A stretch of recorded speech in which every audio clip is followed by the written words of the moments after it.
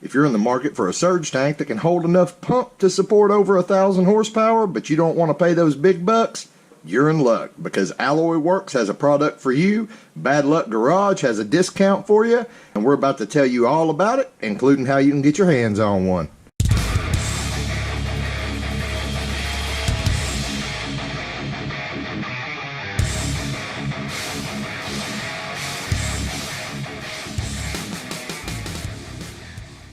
Alright everybody, welcome back to Bad Luck Garage. So I gotta tell you, I am really excited about this product right here. A few years back, when we did the surge tank in the Chaos Theory Camaro, a lot of you guys in the comments and on Facebook said you'd really like to run a surge tank in your car. You just didn't want to pay the kind of money that we paid for that surge tank. Well, turns out we're in luck, because our friends at Alloyworks here reached out to me, and they've got a fairly new product out on the market now that is going to help you guys out. I mean, this guy is literally half the cost of the surge tank that we're running in Chaos Theory. So I don't think I have to tell you what this is. Obviously, this is a dual pump, internal pump surge tank. If you guys don't know what a surge tank is, I'll give you just a quick little explanation.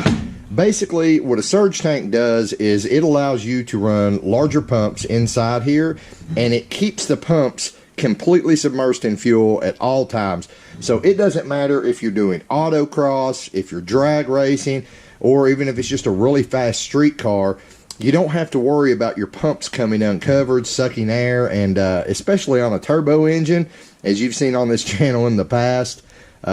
Sucking air under wide open throttle is a very, very bad thing.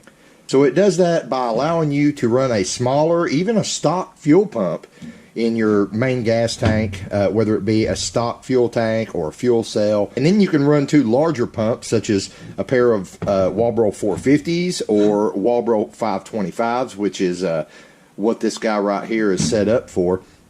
So you can run those in here. Even though, based on the comments on my last surge tank video a couple years ago, some of you are having a hard time wrapping your head around it, you really don't need a very large in-tank pump. As a matter of fact, a lot of the times you might be able to get away with a Walbro 255 and then have two 525s in here and, you know, support 1,000 horsepower. The pump in your tank does not have to support 1,000 horsepower. The pump in your tank just has to initially fill this up and then just kind of keep the fuel moving through it while the pumps inside it are doing their thing at wide open throttle.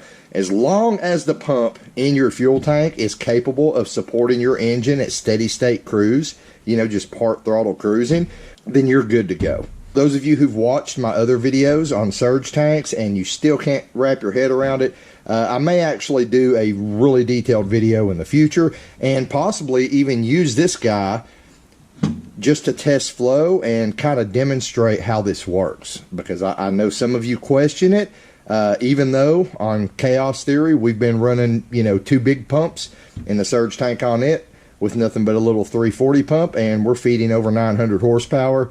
Some of you guys still can't wrap your head around it, so maybe another video coming in the future. For now, this video is to focus on this guy. So I'm going to do something a little crazy in this video, and I'm actually going to talk about the price right up front. Currently on Alloyworks website, which I will link in the video description, you can pick one of these guys up for $239. Guys, that is dirt cheap. That is less than half the price of the radium unit that I'm running in the Chaos Theory Camaro.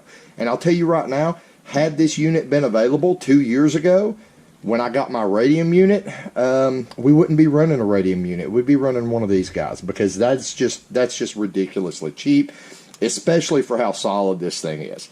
This particular unit has a 2.8 liter capacity when you use it with a single pump, or a 2.6 liter capacity when you use it with dual pumps. That's also just a hair bigger than the radium unit that I'm using in the Chaos Theory Camaro. And because of that extra capacity, that means you can get away with an even smaller fuel pump in your primary tank. Now, I'm pretty sure I said it earlier, but I will say it again.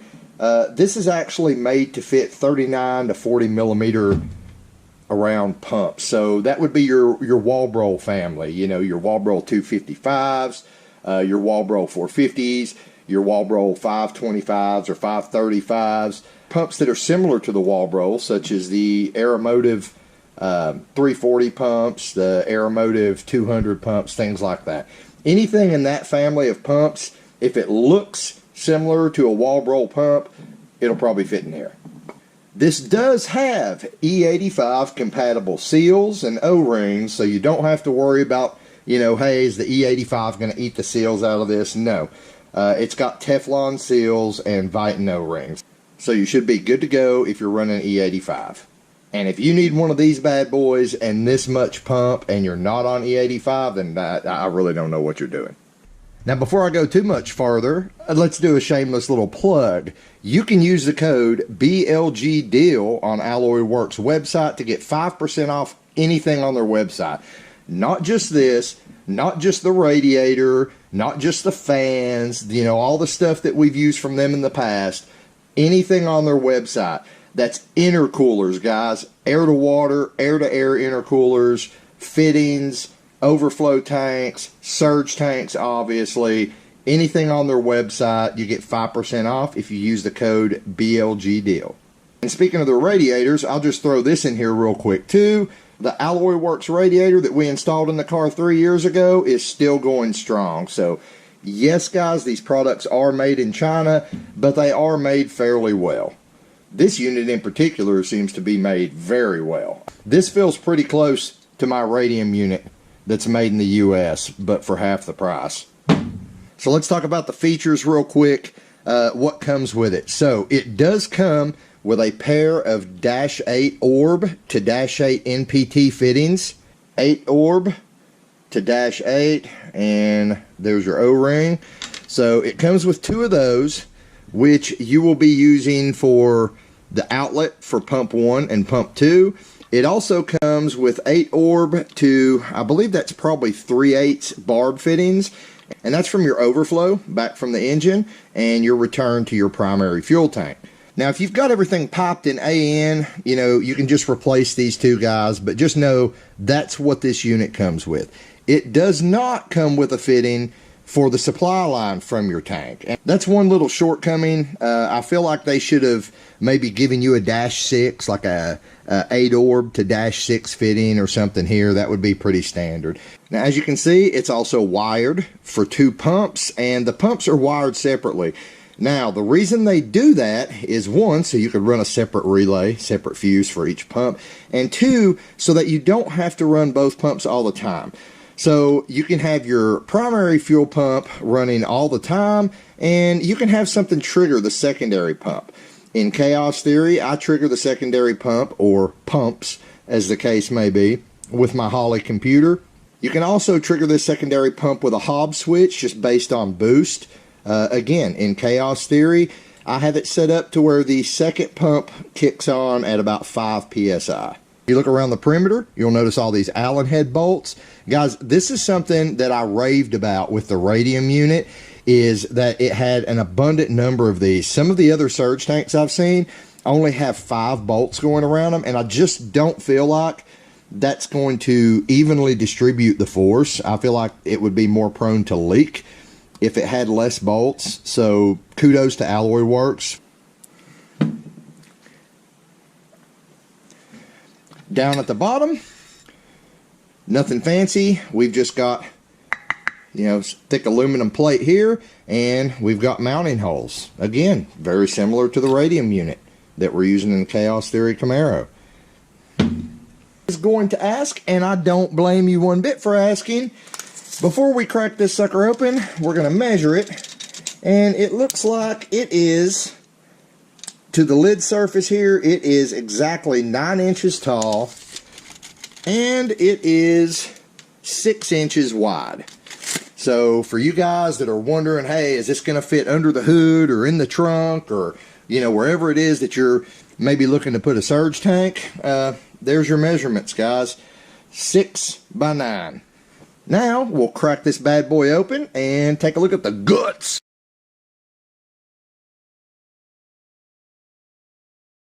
Just a little screwdriver here to break the seal. And off she comes. Now right off the bat, I'm liking what I'm seeing here.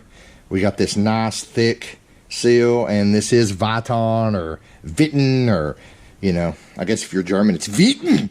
But this is a nice seal here, guys. That's my point. And I like how it goes around the inside, and there is a lot of gap between the O-ring seal and the screw holes. It's not right up to them, so this should seal very well. It's also inset. I don't know if you can tell, but it's stepped down. See, you've got the step down lip here, and then on the lid, when you put this thing together, because of that step, it's going to guide itself. You're not going to be all, you know, trying to figure out how to get the bolts in, lid sliding everywhere. I mean, it's going to locate itself. That's a nice little feature. So we can flip this guy over and take a look at the underside, and right away, I hate to say this, but the way you mount the pumps in this, I actually like this better than the radium unit. I want to be perfectly clear, I am not knocking radium at all. I love my radium surge tank, but there are things going on with this surge tank that I do like better. The radium surge tank, it uses really thin metal to branch out and hold the pumps, and it does not have these beefy clamps like this. Like, I'm very impressed with the level of quality we've got going on here with this. I mean, you've got these heavy duty clamps. They even put O-rings in here, so as you're tightening it down, number one, you don't have to just crush your fuel pump casing or your fuel pump, you know, outer shell. You don't have to just tighten these down so far that you're crushing it to keep it from moving around, because your O-rings here are going to keep your fuel pumps nice and snug and secure. And it's just really thick and beefy. I mean, if I tried to grab the mounts on my radium unit and shake it like this, it would just be a rump, rump, rump. I mean, it was just, it looked cool because it was green, but it was super flimsy. Guys, this is built really tough. I'm just going to say it. I mean, I really like how this is built.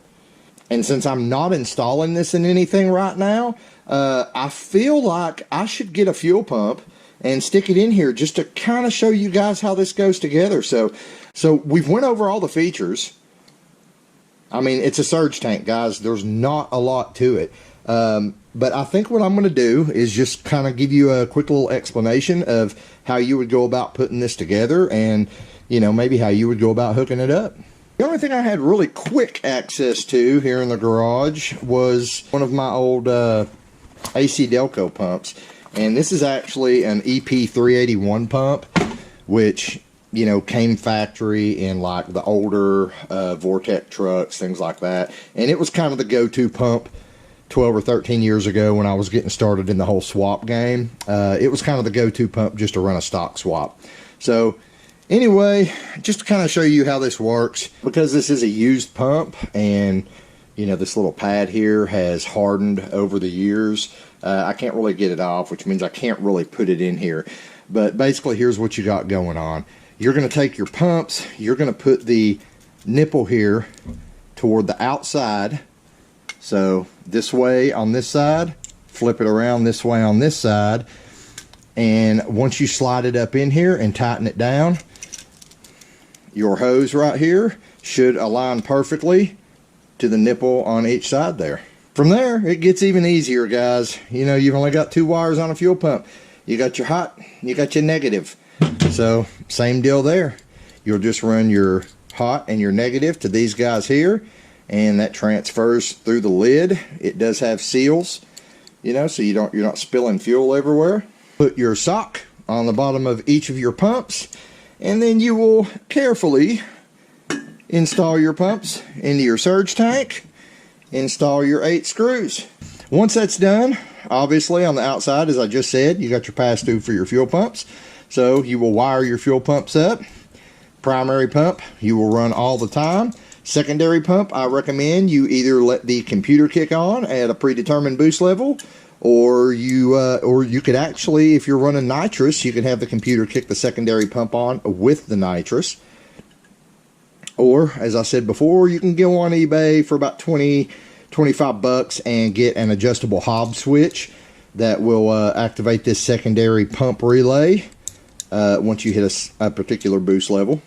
Then, how are you going to plumb this? Well, once again, still nice and simple. So, your old feed line that came from the pump in your primary tank and used to go to feed your fuel rail, now it's going to go right here where it says supply. So again, this is the line coming from the fuel pump in your primary fuel tank. It's going to go into the supply here. Return, that is the return line from your fuel rail. Although the way this thing is set up internally, it really doesn't matter. They're both just dead lines here feeding in. But let's just go with what it says. So this says return. So this is going to be the line coming back from your fuel rail. So your old return line that used to go to your stock fuel tank will now go here to the surge tank. Overflow is exactly what it sounds like. This surge tank is always going to be full all the way up to the bottom of this lid. That's kind of the purpose of it. It keeps the fuel pumps always submerged in fuel. Because of that, obviously, you know, you're going to have bleed off because you're constantly putting fuel into this thing, both from the return line and from the feed line. So the overflow is going to come out and go to the old return line in the top of your stock fuel tank. Now, your two outlets, those are your new feed lines going to your engine, to your fuel rail. So you're going to have to Y these guys. You're going to have to get a Y fitting, Y both these lines together, then run them to your fuel rail. And that's how you hook it up. Now, just to go over a few things. Not all Walbro fuel pumps have check balls in them. If you are running a Walbro fuel pump that does not have a check valve in it, and you're staging these pumps, meaning you're only running one at a time, you are going to have to put a check valve in between this and the Y where these lines are connected together. Because if you do not do that, what's going to happen is this pump is going to be trying to create pressure.